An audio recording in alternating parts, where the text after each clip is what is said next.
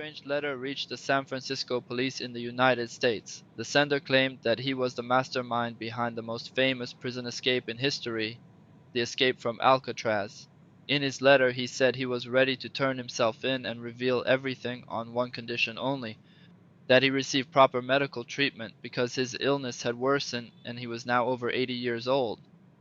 What was strange is that the American police issued a statement just 1 hour later announcing that they accepted the offer and would provide him with the best possible care.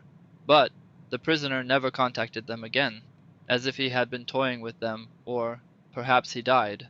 Either way, the messages stopped, and the mystery remained.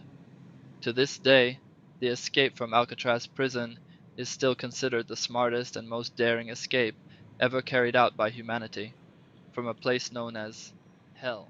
Now it's time to dive right into the story. If you're the kind of person who likes to fall asleep to stories, get comfy, grab your blanket, and relax. But if you're still awake and full of energy, grab a snack and a drink and enjoy the story. I'm Hamza, and let's get started.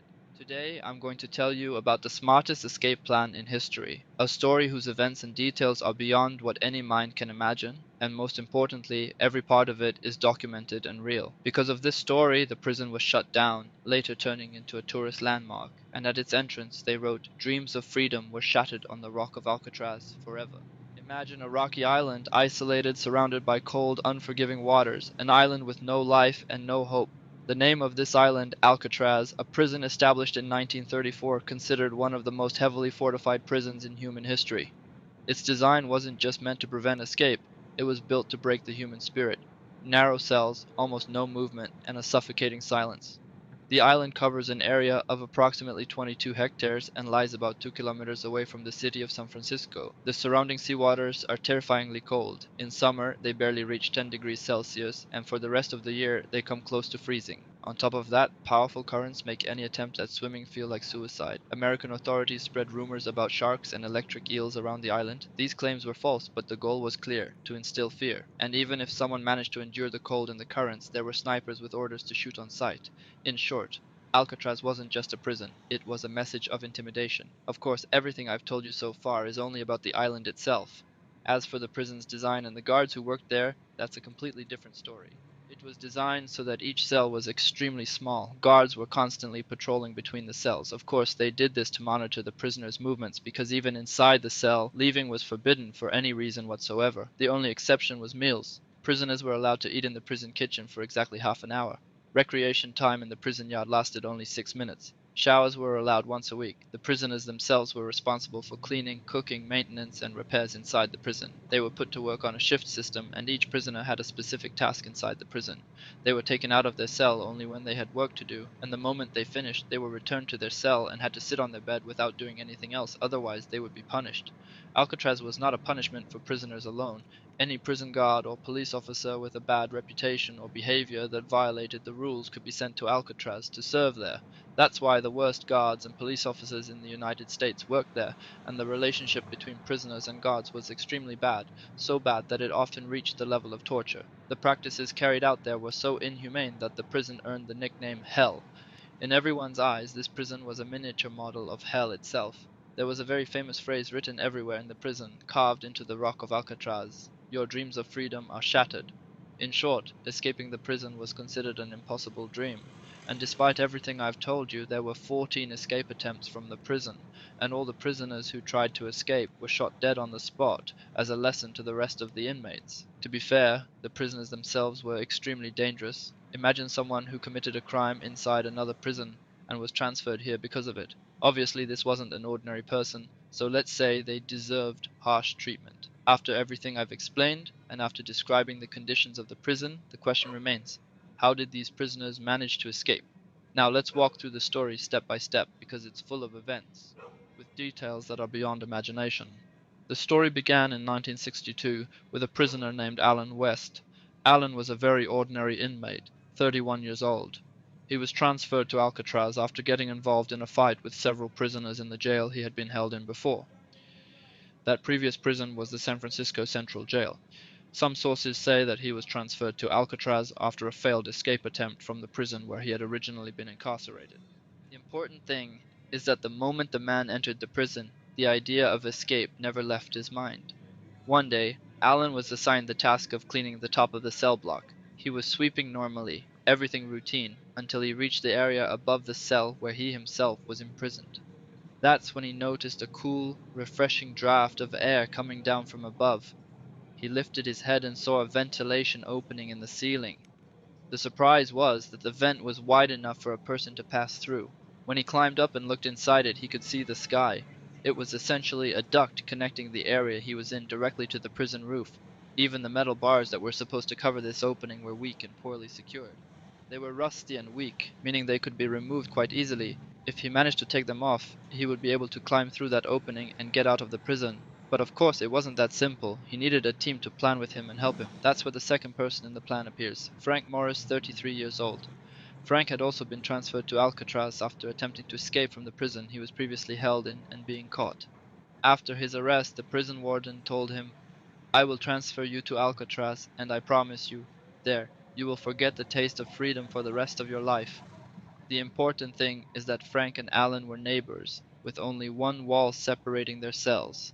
As soon as Allen returned from the cleaning duty he had been assigned, he told Frank what he had discovered and said, "This is our chance to escape." Allen was the one who came up with the idea and discovered the ventilation opening, but Frank was the mastermind behind everything. He planned every single detail of the escape. The very first thing Frank told Allen was, "We need to build a team." They needed more people to help with the escape. Frank spent 5 days thinking about who would be suitable, and in the end he chose the brothers John Anglin and Clarence Anglin. The reason for choosing them was simple. They were his neighbors, and their cell was right next to his. Secondly, they were brothers sharing the same cell, which made communication easier. He could talk to both of them at the same time and give them instructions together. Every night Frank and Allen would sit next to the wall and discuss the details of the plan. Once they finished, Frank would move toward the Anglin brothers' cell and tell them everything that had been discussed, giving them their instructions. The first thing Frank asked Allen to do was this. The next time he was assigned to clean the top of the cell block, he had to thoroughly survey the area and learn everything about it. He needed to figure out all possible ways to reach the ventilation opening. And indeed, the next time Allen was sent to clean the upper level, he carefully inspected the entire area. The surprise was that behind the cells there was a long corridor about 1 meter wide. It was a ventilation space between the cells, and sewage pipes ran through it. The corridor was abandoned and no one ever passed through it. If they managed to reach it, it would be easy for them to get onto the top of the cell block, then reach the ventilation opening and escape through it. The good news was that in every cell there was a small opening in the wall, about 30 centimeters wide and 20 centimeters high, located beneath the sink. This opening connected the cell to the corridor I just mentioned. Of course, the opening was very small and covered with a perforated metal plate, making it nearly impossible for anyone to pass through it. But Frank had a solution. Frank noticed that the prison walls were extremely old. They hadn't been renovated for more than 15 years. Because of the island's humid climate and the heavy salt in the sea air, the walls had eroded and were easy to dig through, so he asked the team to secretly steal spoons from the kitchen to use for digging. Over the course of a month, each of them managed to smuggle out 2 spoons, one to dig with and one as a backup. They then began widening the opening. The Anglin brothers used forks as well, along with the spoons, which helped them enlarge the hole even faster. During the digging process, they faced two major problems. The first, how to get rid of the cement, dust, and stones they were removing. The second, how to cover the hole so that the digging marks wouldn't be noticed.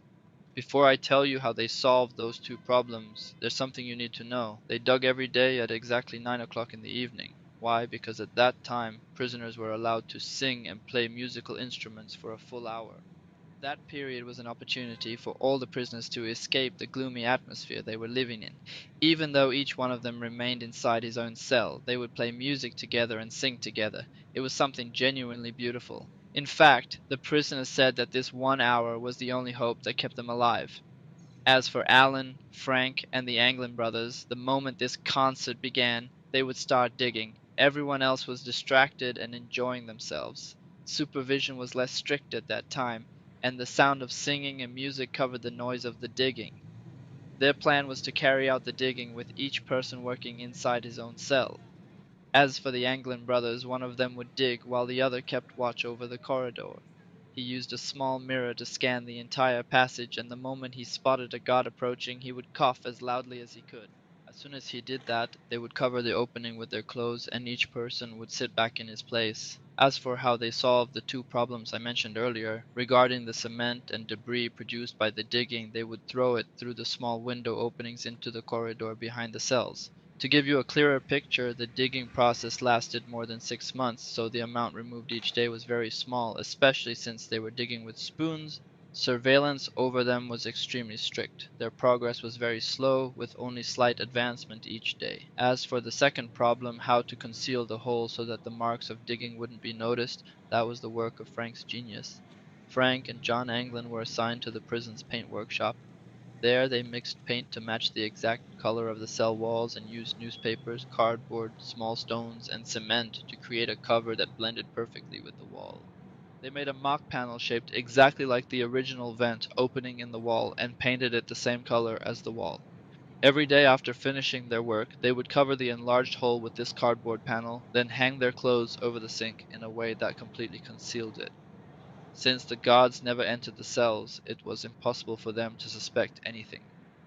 For an entire year, no one realized that what was on the wall was just a cardboard replica, and no one suspected that behind it was an opening large enough for a person to pass through.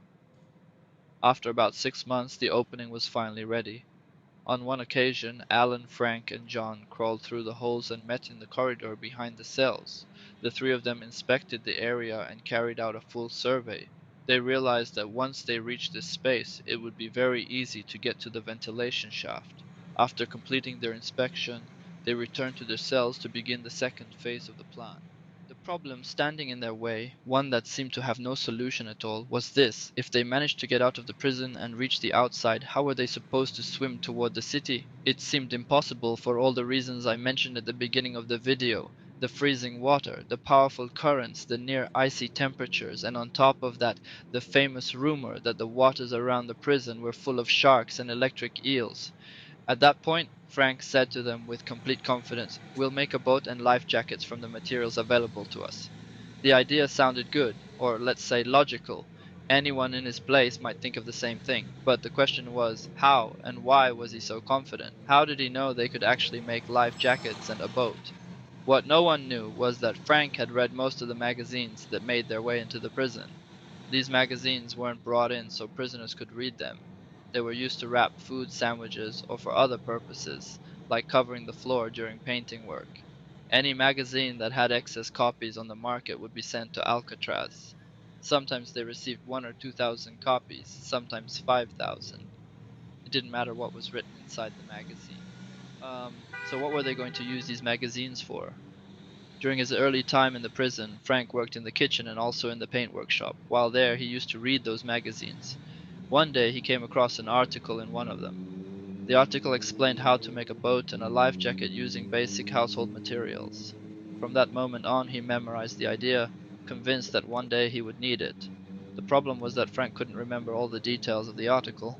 So, on his very first day back at work in the paint shop, he started searching for that magazine so he could read the article again. When he finally found it, he tore out the page and slipped it out of the magazine, hid it, and smuggled it back to his cell. When Allen and the Anglin brothers found out that Frank had smuggled the article and now had the method for making the boat, it had never crossed their minds how they were actually going to build the boat. They had the information and they had the raw materials, but where could they possibly build a boat for 4 people without anyone noticing? At that point, Frank asked Allen and the Anglin brothers to pause the plan for a short while. He told them, "Leave it to me for a bit. I'll find a suitable solution." What set these men apart, and what ultimately made their plan succeed, was their flexibility in executing it. They were patient, and most importantly, Frank's instructions were absolute orders for everyone. They all agreed that Frank was their lifeline, and the only way the plan could succeed. So when he told them to pause the plan, that was it. They trusted that it was for everyone's benefit. One day, while Frank was sitting in his cell, he noticed prisoners cleaning the roof of the cell block located directly opposite his cell. He noticed that during cleaning a lot of dust would rise and debris would fall down, which always annoyed both the guards and the prisoners, so he thought, "This is it, we should try something." If the idea worked, they would continue with their plan. Frank asked Allen that the next time he was sent up to clean the rooftop, he should gather as much dust and dirt as possible around the area directly above Allen's cell. right where the ventilation shaft they planned to escape through was located. Then, once the dirt piled up, he would throw it all down at once. As soon as anyone, either a guard or a prisoner, complained, Allen would suggest covering that area with old blankets to keep the dust from falling inside, and that's exactly what happened.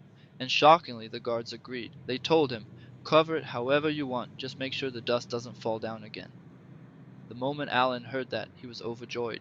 He rushed to get blankets and covered about 10 meters of the rooftop, creating a blocked off zone around the ventilation shaft, completely hidden from the guards, which meant they had just secured their own secret workshop, a place where they could work every night without being seen. But of course, a new problem appeared. The question now was, how could they leave their cells and go up to work without anyone noticing? This time, the solution came from Frank and Clarence Anglin. Frank suggested that they make dummy heads shaped like real human heads, complete with natural hair and skin-colored faces. Since John Anglin and Frank worked in the paint workshop, they were able to smuggle out paper, cardboard, and paint. Frank mixed the paint to perfectly match human skin tones. They made the heads using toilet paper, cardboard, and regular paper, mixing it all together with soap, toothpaste, and the cement that came from the digging. They discovered that this mixture could be molded into heads that looked almost exactly like real ones. Using the paint they had, they colored the faces to match skin tones. Only one problem remained. Where would they get hair for the dummy heads? That's where Clarence Anglin came in, because he worked as the prison barber. Clarence would smuggle a large amount of hair into his cell every day, then divide it between his brother and Frank. Soon the dummy heads had real hair and were ready to be used as replacements whenever they left their cells. Each day at the time the prisoners' concert began, when everyone was sitting and singing, they would place the dummy heads on their beds, crawl out through the ventilation openings, and climb up onto the roof of the cell block. The work was divided into two main tasks. First, cutting through the metal bars that blocked the ventilation shaft. Second, building a rubber raft and life jackets. The question was, what would they use to make the raft and the life jackets? They decided to make them from the soft raincoats. There were plenty of these coats in the prison, because prisoners and guards did work outside the prison building, and since the area was cold with unpredictable weather, they needed those coats. Of course, even in this matter Frank had planned ahead. He said, "When are these coats usually neglected and not used? In summer." So they decided to build the raft during the summer, when the coats would be stored away in warehouses and no one would be paying attention to them. That way, it would be easy to steal them without anyone noticing they were missing. And indeed, they managed to steal 22 raincoats. Over the course of 2 months, every time the prisoners started singing, they would place the dummy heads on their beds so it looked like they were asleep, then climb up to the roof and work in the covered area, assembling the raft and life jackets from the coats and cutting through the metal bars covering the ventilation opening. After 2 months, everything was ready. They were finally able to escape. They chose June 11th, 1962 as the date of the escape. The long-awaited day arrived. At exactly 10 o'clock at night, the guards turned off the prison lights and all the prisoners went to sleep. Frank, Allen, and the Anglin brothers placed the fake heads on their beds and climbed out through the ventilation openings onto the roof of the cell block. But then something completely unexpected happened. Allen was unable to get out of his cell. The reason was that the day before, as usual, Allen had covered the ventilation opening in his cell with the cardboard panel. But to be extra cautious, he had used a large amount of cement to keep the cardboard firmly in place so it wouldn't fall. The cement hardened, narrowing the opening, and he could no longer fit through it. Another version of the story says that during the period when the raft was being built, Allen didn't go up to the roof with them and instead stayed behind to watch for guards. During those 2 months he gained weight and it became difficult for him to squeeze through the ventilation opening into the corridor behind the cells. Of course, his three companions told him, "We'll continue, and as soon as you manage to widen the opening and get out, follow us." The others climbed onto the roof of the cell block and entered the ventilation shaft. They continued until they reached the prison roof, where they crawled down and discovered that there were no snipers or guards. All the warnings and rumors they had heard were false. They reached the fence surrounding the prison, which was made of metal mesh. They cut through it and got out, reached the shore, and retrieved the raft and life jackets. They inflated them using a pump they had made themselves. The pump was originally a musical accordion. They removed the sound-producing part and converted it into an air pump to inflate the raft and life jackets. They waited for a while, hoping that Allen would catch up. Allen was the one who came up with the original idea, the reason they had reached this stage, but eventually, losing hope, they boarded the raft and set off toward freedom. The next morning, at 7 o'clock, the guards began their usual rounds to check on the prisoners. When a guard reached the Anglin brothers' cell, he noticed that both were still asleep. He tapped one of them on the head with his baton, only to be shocked when the head fell to the floor. Terrified, the guard stepped back several steps. They opened the cell door and went inside, only to discover that the two prisoners were gone. Interestingly, to this day, the dummy heads and all the tools they used for the escape are still displayed in the prison museum, where tourists from all over the world go to see them. A thorough search followed, and the guards eventually reached Allen, who was sitting on the floor smoking, completely fed up with life. Allen was very cooperative and told them everything. He had lost all hope in life, to the point that he even asked the guards to end his life so he could rest. The irony was that Frank had planned everything. When they asked Allen where the prisoners had gone, he said the only person who knew their destination was Frank. Frank insisted that this information remain solely with him. If any one of them were caught, they would not betray the others. Search teams were deployed, but no trace of the escapees was ever found. Consequently, the prison administration declared that the three prisoners had drowned at sea. Their escape had succeeded, but they allegedly could not withstand the waters and died before reaching the shore. Of course, that statement was not true. The escape succeeded, and the police found life jackets on the shore on the opposite side. However, that announcement was meant to cover up the scandal that had occurred at the prison. The American authorities remained extremely secretive about the details of the escape and how the prisoners managed to get out. For nearly 20 years, they released no information and provided no detailed explanation of how those inmates had managed to escape from the prison. 1 year after the incident, specifically in 1963, a film was produced that told the story of the group and how they managed to escape. What was strange is that most of the events shown in the film were actually accurate. The filmmakers obtained the information for the script through unofficial means and did not receive a single detail from an official source. The American authorities were unusually reserved about the story, yet despite that, the people who made the film had precise and correct details.